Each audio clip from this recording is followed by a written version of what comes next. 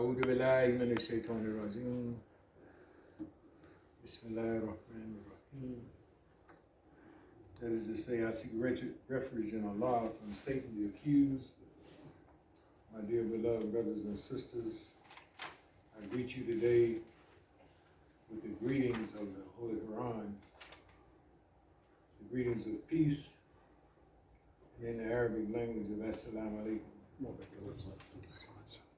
Allah says in the Holy Quran in Surah 62, Ayat 9, in the English translation, O ye who believe, when the call is proclaimed to prayer on Friday, the day of assembly, hasten earnestly to the remembrance of Allah and leave off business and traffic. That is best for you if you would knew. All praise is due to Allah. We understand that there is no better place for us to be on a Friday in the early afternoon or during the noontime than be in a congregational setting. All praise be to Allah for that, because He has told us time and time again the importance of being here. I am very fortunate. Before I start on that, Imam Tamir is not going to be here today, obviously, and I hope I can say something today that we all can benefit from. And please, if I make a mistake or forget to say something, blame me personally, because it's my intention to not try to put my personal self into what I'm talking about. I hope I can deliver a message where you can get an understanding of exactly what I'm trying to convey. To me, Al-Islam is a religion of consciousness. It's simple, but it appeals to the consciousness of the individual. Because you can't be unconscious and be conscious at the same time. And the evidence of that is going rampant in the world today. People are very unconscious of what's going on. But to be in a state of mind where you're constantly in consciousness, you're aware of what's taking place, that's so important. Al-Islam is a simple religion. It's very simple. Nobody said it was going to be easy, but it's simple. And it's really a religion of simplicity where all you have to do is pay attention to your consciousness. And the level of your consciousness will guide you through the obligations that you have concerning the religion. All praise is due to Allah, but that ain't even what I want to talk about today. And the reason for that is because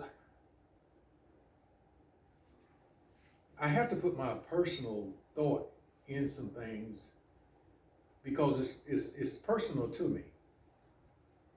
This is the 1st of July. But at the same time, I think it's the 2nd of Dhul Hajj, the month of Dhul Hajj. Next Saturday is an Eid al-Adha.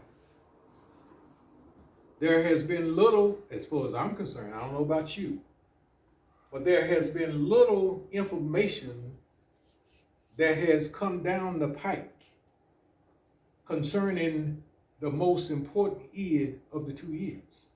So I think it's a shame. And I pray Allah forgive me, like I say, if I offend anybody with some of the things that I say, but that's dear to my heart. And the reason I say it like that, because I made 2 Hajjs. I've been to Hajj twice.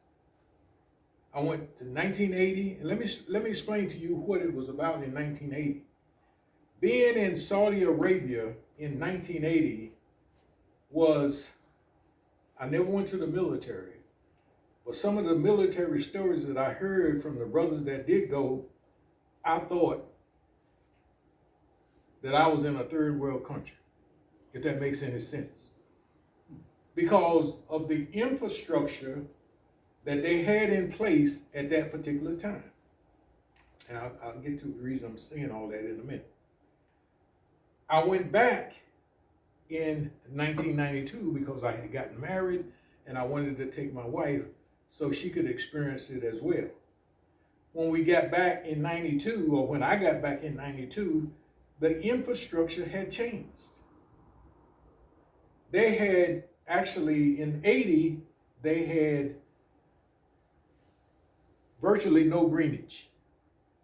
If you can imagine the state of Arizona or New Mexico, where all you see is brown. You don't see a green forest or nothing like that. You see brown. They're trees and they're alive, but they're brown. That reminds me of Saudi Arabia.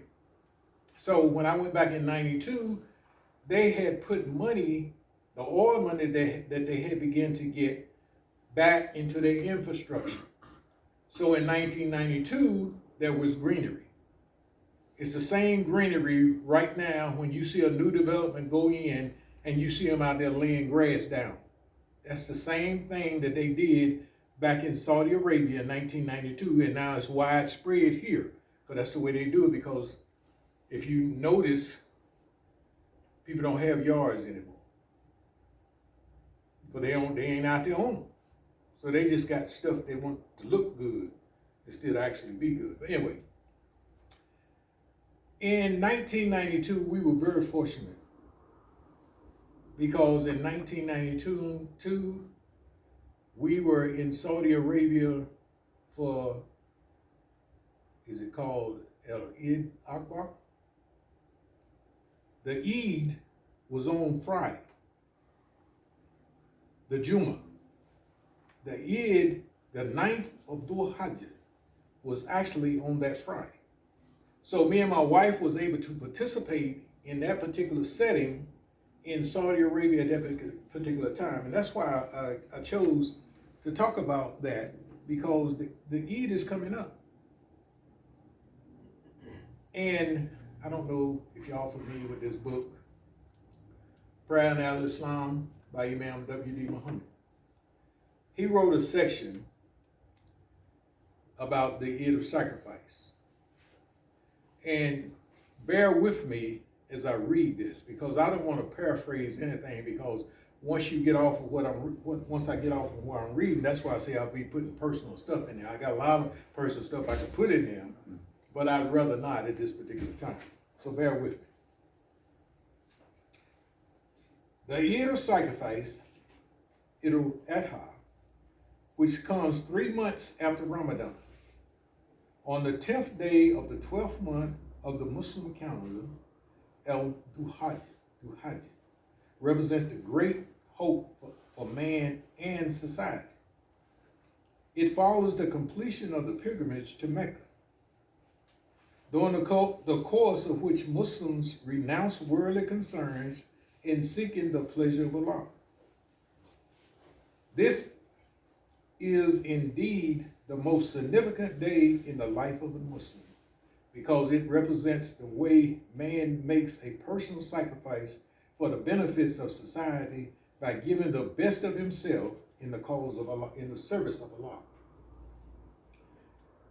When we give of ourselves in this manner, we are following the way of Allah's upright servants, the prophets. Once we have made our individual lives conform to what Allah asks of us, we want to see conformity with His will throughout our society. We have been given understanding which tells us we cannot live at peace by ourselves. We can't enjoy the blessings of the spiritual life by ourselves. Every time we walk out our doors, we encounter obstacles which threaten us, that life.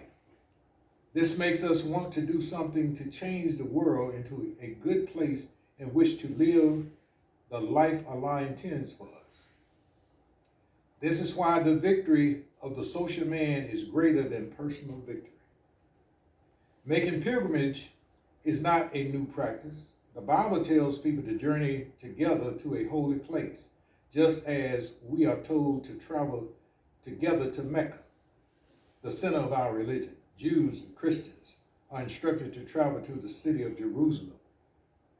When Prophet Abraham was persecuted by his father, who did not believe in Allah, he left his home in the city of Haran and went to Arabia, where he and his son Ishmael began to look for a suitable place to build a house of worship.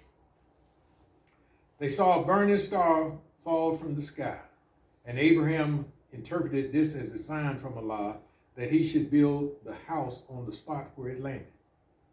It was here that he built the Kaaba, using the fallen stone known as the black stone as its cornerstone.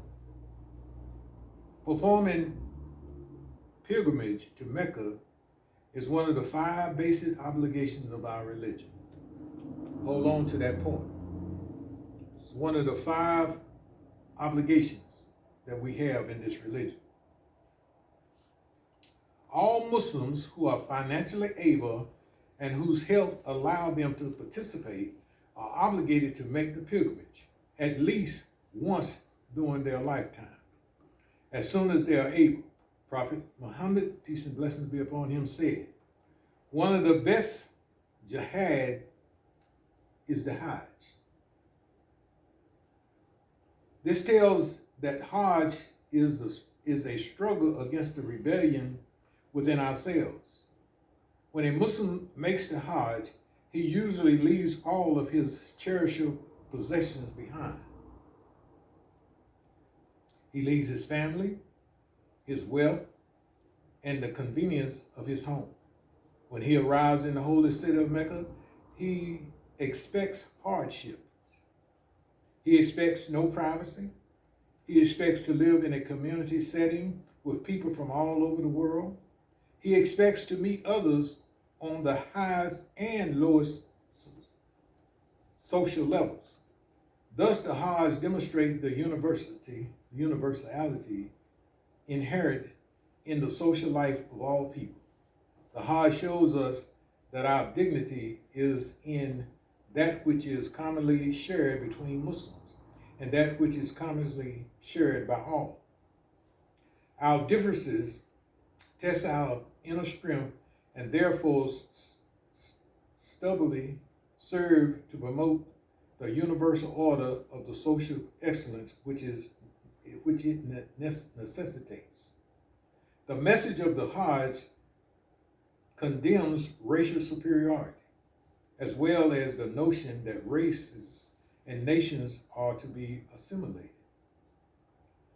Though we unite around our deeper and more essential bonds, we accept the fact that our different racial features, colors, tongues, and group personalities are also to be cherished when formed intelligently and represent unperpetuously.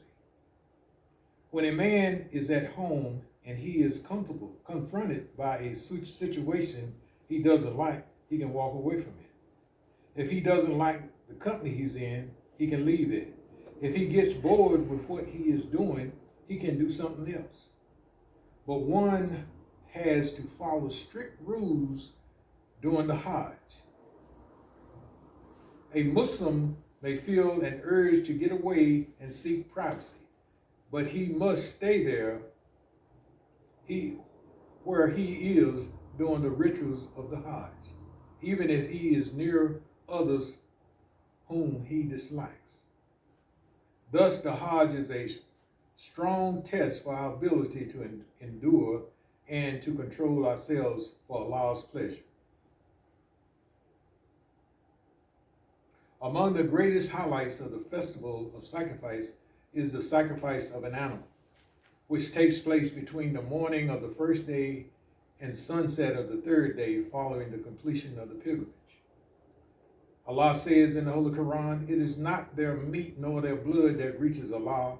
Allah is reached by our desire to be right, honorable, decent, just, and sincere in life. Allah does not ask for flesh or blood. He asks for obedience, sincerity, and honesty. The animal is only a symbol of something within ourselves, but it is not wasted when it dies. It is used to feed the poor. The Holy Quran teaches us that the meat of the slaughtered animal is to be shared with the poor, with those who ask, and with those who are too self-conscious to ask. We must strive to make our spiritual and our mental attitudes conform with that which Allah has ordained as right and good, and we must strive and be obedient to Him. We must be conscious that He sees everything and that we are always accountable to Him. Blood is symbolic to the life drives in man. Like everything else, those drives should be made to yield obedience to Allah. It is in recognition of this kind of sacrifice to Allah that we celebrate the festival of sacrifice. May Allah forgive our sins.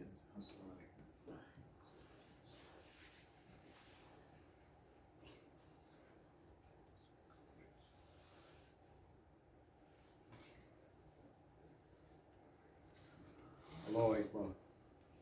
Allahu Akbar. Allahu Akbar.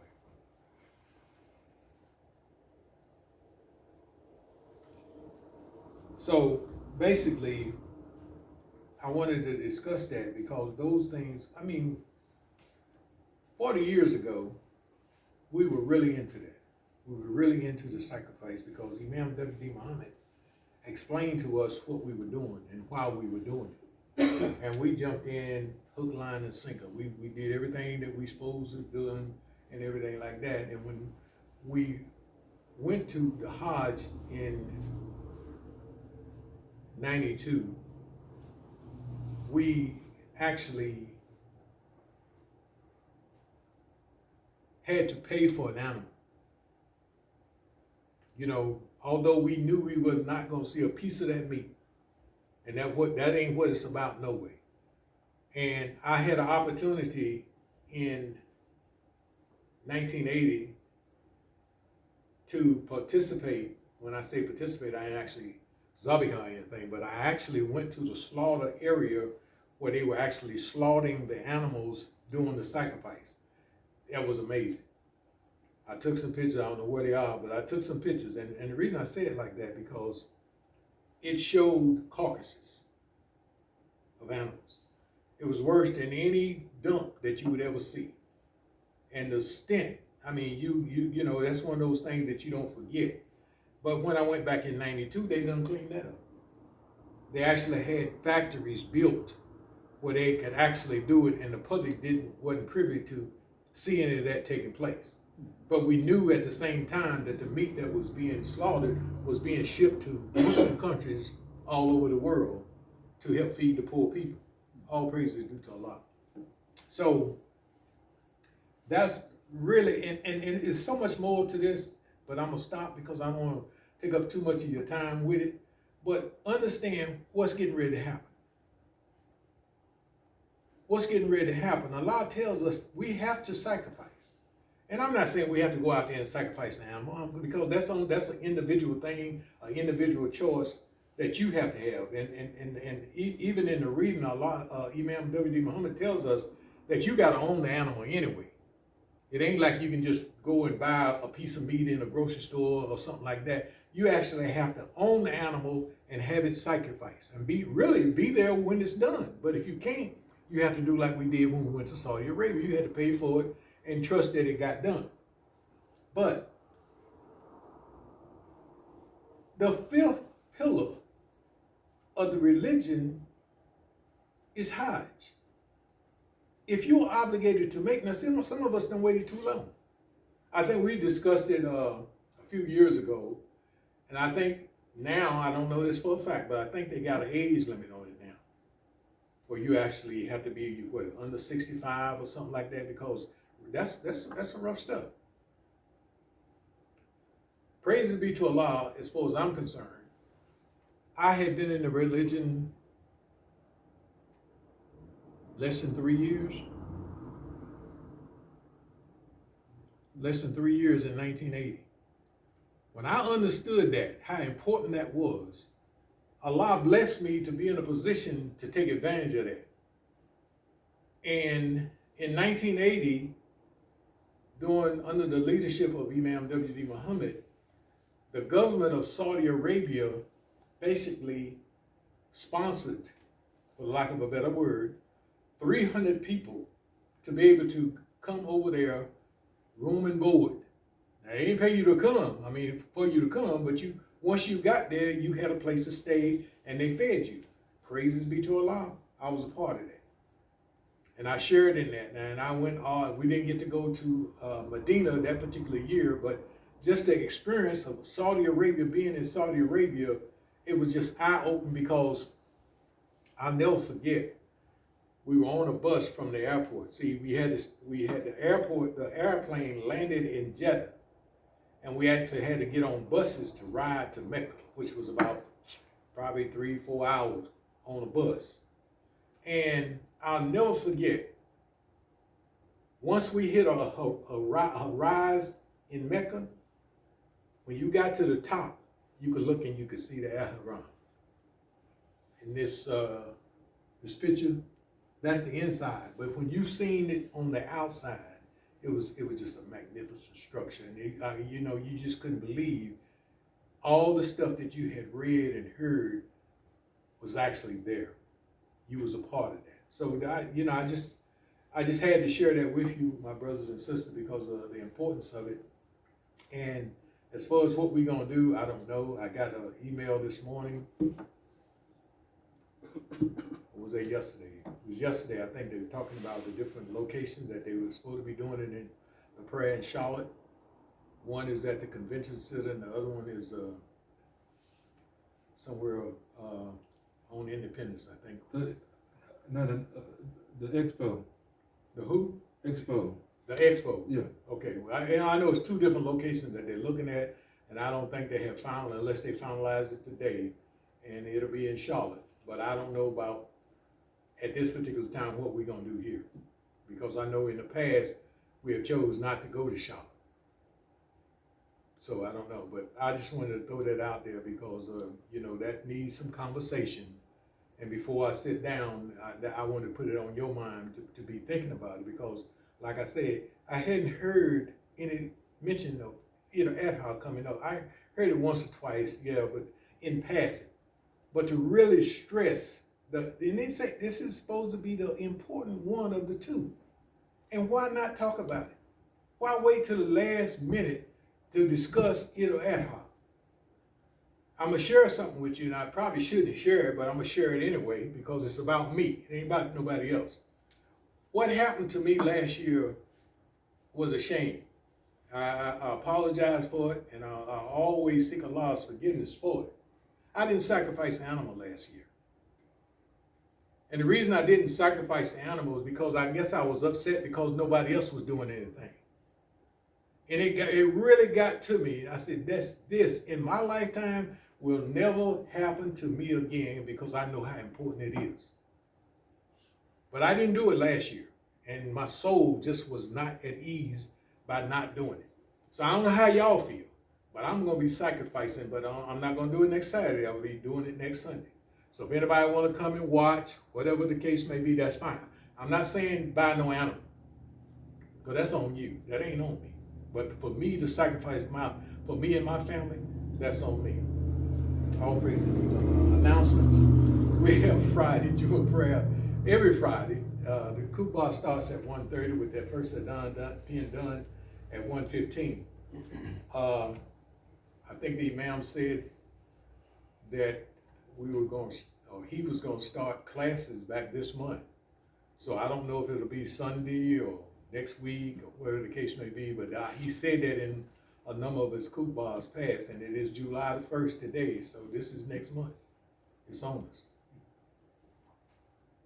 Oh Allah, forgive us our sins and our faults, and help us as we go forward in this religion, and help us understand that truly, when you say 5 pillars of Islam, you're talking about all 5 of them. God come with yourself.